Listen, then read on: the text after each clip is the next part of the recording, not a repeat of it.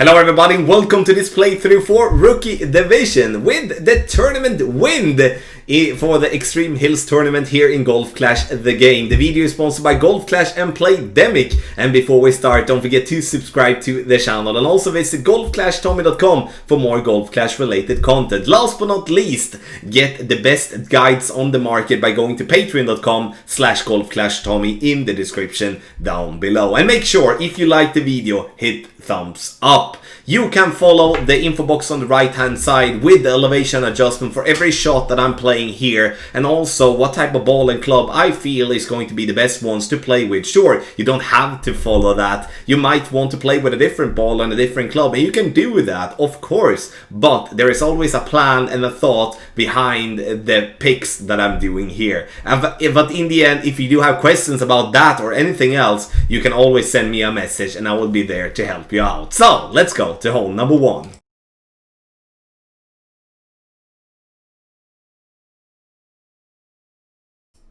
For hole number one here in Rookie, we will be playing on the left side. Sure, I'm on my way to the right side, but I'm changing my mind because I don't really feel comfortable going max overpower with lower level clubs. But I should at least be able to hit great if I'm going to try to hit a perfect shot. So 4.5 bar topspin, max side spin left, and now I'm looking for, you know, my bounce on the fairway, second bounce into the rough actually, so it's not a mistake that I'm going to clip the rough, and then the ball to roll out on the fairway. You're gonna see here how we go. 20% over adjustment, maximum distance numbers. So even though we are not in maximum distance, we are still going to play maximum distance here to give ourselves that room if we do have that we do need when it comes to the wind. Clip the rough, roll out, and even though it looks scary to bounce through the trees, but we do have a lot of room there, so don't be afraid about that. Katana ball to give ourselves the side spin 3, because the side spin 3 is super helpful to keep ourselves away from the rough to the left, so we're not going to have to play super duper close. Second shot, I'm playing without any spin whatsoever, trying to get the ball guideline towards the pin. Here I would like us to play maximum distance with a 10% over adjustment. I unfortunately do play medium distance, which is going to have me to miss left side of pin.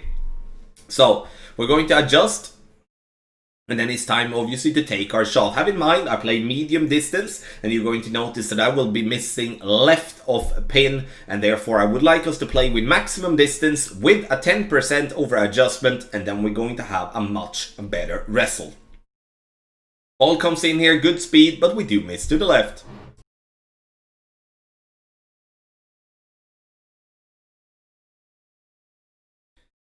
For hole number two, we are going to play with our long iron. It's going to be a backbone here, and I'm going to try first and foremost go with a quasar. But look how close we will have to play, and then we're going to have to change back to a katana to make sure that we do have the side spin and doesn't have to play that super duper close to the rough line.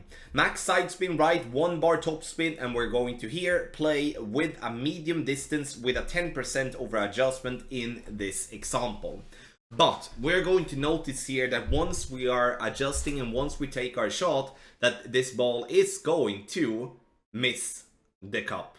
It's not gonna miss with much though, but it's still going to miss. So the thing that we do need to do is to be very careful with how we position ourselves with the ball guideline towards the pin. We should almost try to maybe have that ball guideline to point at the left side, as it's very hard to visualize the ball guideline with side spin. So 10% over adjustment, medium distance, katana ball, and the backbone.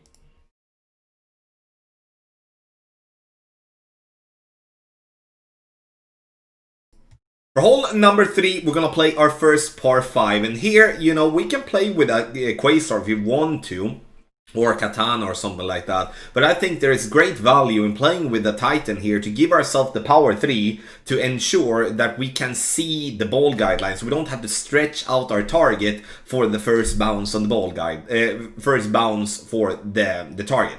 So we have it in max distance, 4.5 bar side spin, 4.5 bar top spin. adjust maximum distance with a 10% over adjustment. Once we're done, we push up our target again up to max. Very important that the ball guideline is straight down when you push up your target, so it's not angled in any way, because then you're gonna push up to the side. The reason we do push up like we're doing here is to ensure that we get the distance we want to without having to go with overpower, because every time we play with overpower, we are going to have a higher percentage of great balls instead of hitting perfect. And again, Titan ball, very valuable, but it is possible to play with a different ball. If you play with a power 3 ball, you will most likely get into long iron range, and then I would suggest the backbone as for a good accuracy and a decent ball guideline even in a lower level. But if you do have power 2 or even a power 1 ball, depending on what you're choosing, a sniper or a viper will be the club to use. Now I'm trying to go without any spin whatsoever, but I should have added like a bar of top spin here because we are not really getting the roll. Maximum distance with a 20% over adjustment is what I'm going for to get the correct elevation. It bounces, and we look at this one as a very nice line towards the pin, but we are obviously super duper short. 1 bar top spin. Don't be afraid to use top spin here, even though it might be a little bit weird, but in the end, 1 bar top spin. Let's go backbone and let's freaking kill it here for hole number 3.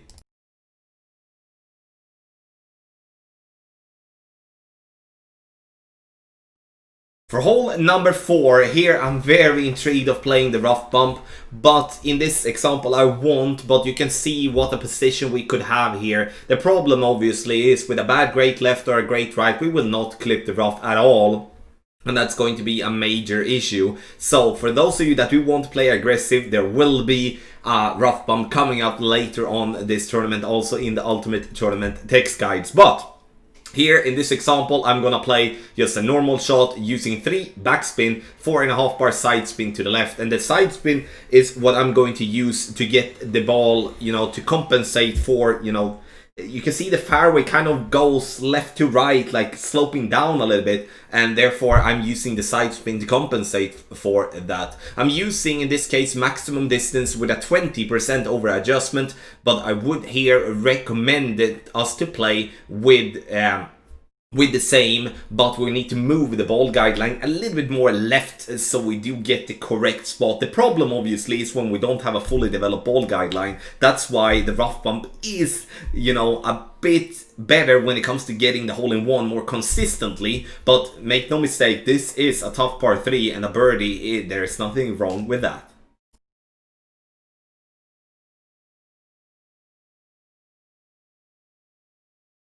For hole number 5, we're going to go for green, and here it all depends on what type of club you're having.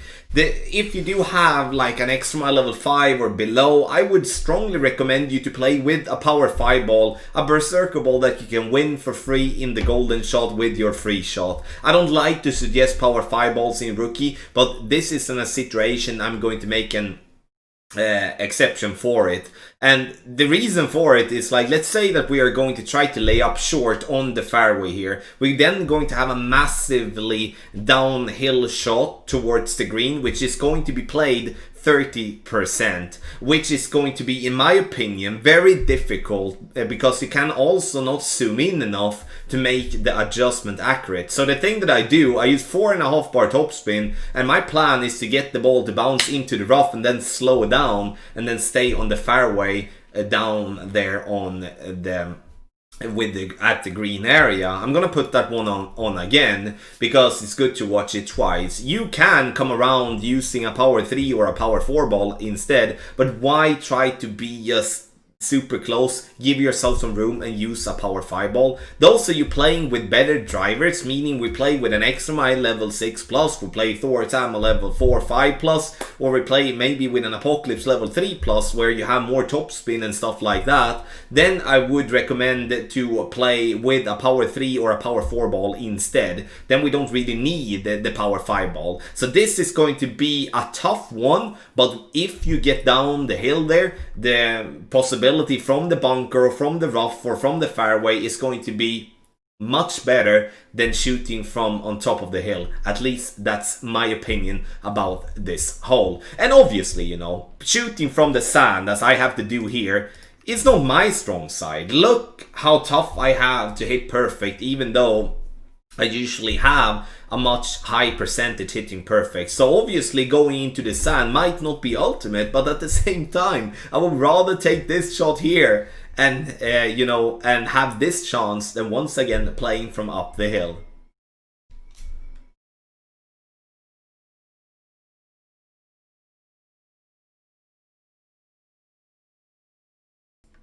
For hole number 6, we're going to play left side. Here I would strongly advise you to play with the big topper, even though it's as low as level 1. You can come around nicely with a power 3 ball here, but you know, a power 4 ball or a power 5 ball will be easier to play with, but I do, you know, I don't expect everyone to have that when you play in the first division. So we need to be able to find room to play with a power 3 ball at or as maximum.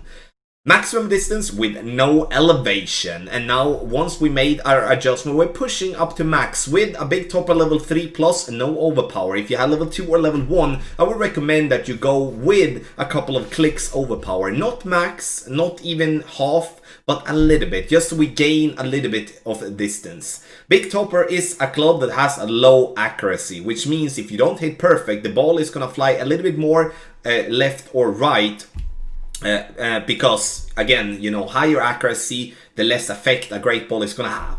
So very important to have that in mind. And we do plan on getting as far down the fairway possible, because the second shot here, you have two options. One, you can play with the big dog or a club that has a lot of power and then go for a rough bump, or you can play with the guardian to play backspin, go up to the back of the green, let the ball fall back down towards the pin. Now obviously it's all about finding the correct spin adjustment to actually get the ball back of the green, which I'm not doing as I'm going a little bit short, but the idea is there at least, and that is something that we should of course build on. Maximum distance with a 10% over adjustment. As didn't have the distance from the start, I did push up my club into max again and used a little bit of overpower. But using overpower for the second shot here, it's not really going to be any danger. And the reason for that is, even if you hit a great ball left or a great ball right, you have control playing backspin, and therefore you will still gonna end up on green by the pin in somewhere and pot it in for an easy eagle. So I'm not expecting many albatrosses here playing from front tee with lower level clubs, but it's absolutely a possibility. And you know what? You know, if we're lucky, we can get one.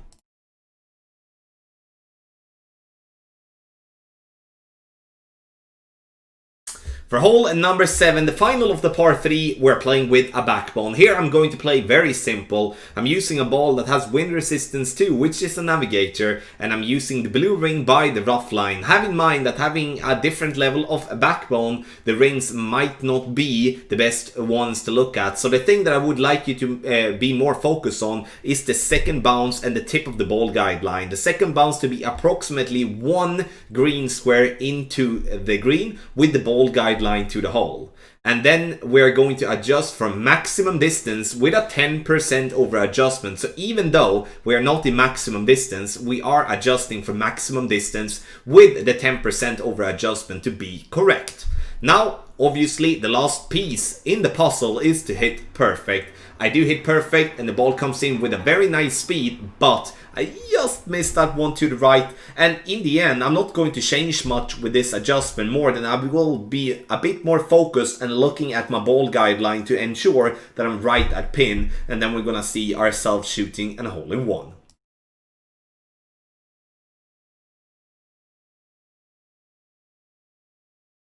For hole number 8, we're going to play with the driver that gives us the most distance, also using the 4.5 bar topspin, and our focus should be on the ball guideline to be in between the rough on the left and the right. You see the second bounce there to be perfectly centered. Now I'm going to adjust maximum distance with a 10% over adjustment, and I'm using a navigator, which is a power 1 ball. Once adjusted, I'm going to push up my club to max if I'm not already in maximum distance. This to ensure that we do get the most distance possible without having to go and make some overpower.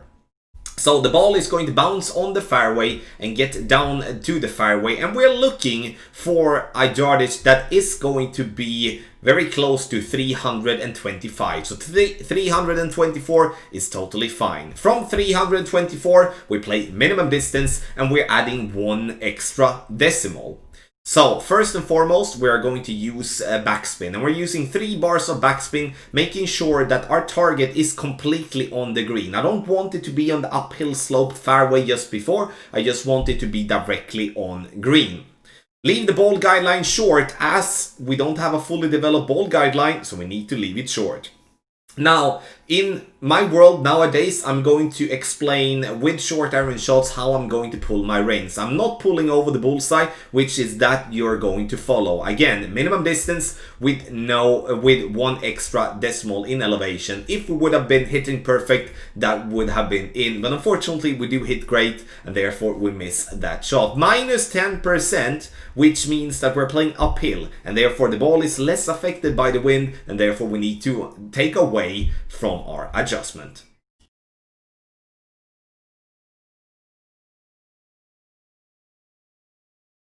For hole number 9, here we're going to play left hand side, and here we can play with a power 1 if we want to, but I chicken out a little bit in the end and choose to play with a power 2 ball to ensure that I do get past the trees there on the right, because if we don't get past the trees there on the right, we will see ourselves struggling big time when going for the pin for the second shot. So power 2 ball, katana, 4.5 bar top spin, 4.5 bar side spin to the left, ball guideline pointing straight forward is the plan at least, and then max plus 10, push up your club to max, and then take our shot.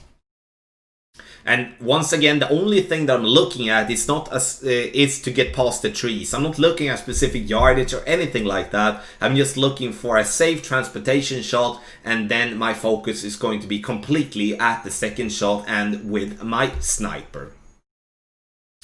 Second shot, as just said, a sniper to the pin. Now, we do not have a good ball guideline with the sniper level 6. It's not until we get to sniper level 7 as we're going to have a 4.5 ball guideline. So this shot is going to be a little bit trickier when it comes to this type of club. I'm going to play maximum distance with a 5% over adjustment. The only thing that I'm not thinking about here is, once again, I do not have a 4.5 ball guideline. So this ball is gonna come in flying. So we should instead have backed up a little bit and made sure that we do have room for the ball to roll, because the direction is nothing wrong with that, and you're gonna notice that as well. And the only issue that we are going to have is that we're coming way too hot. And obviously I always talk about never coming short, but there is something heartbreaking with coming in with the right direction and we hit the pin and roll out. And you know, so we need to back up, have a lower position, starting position for the second shot,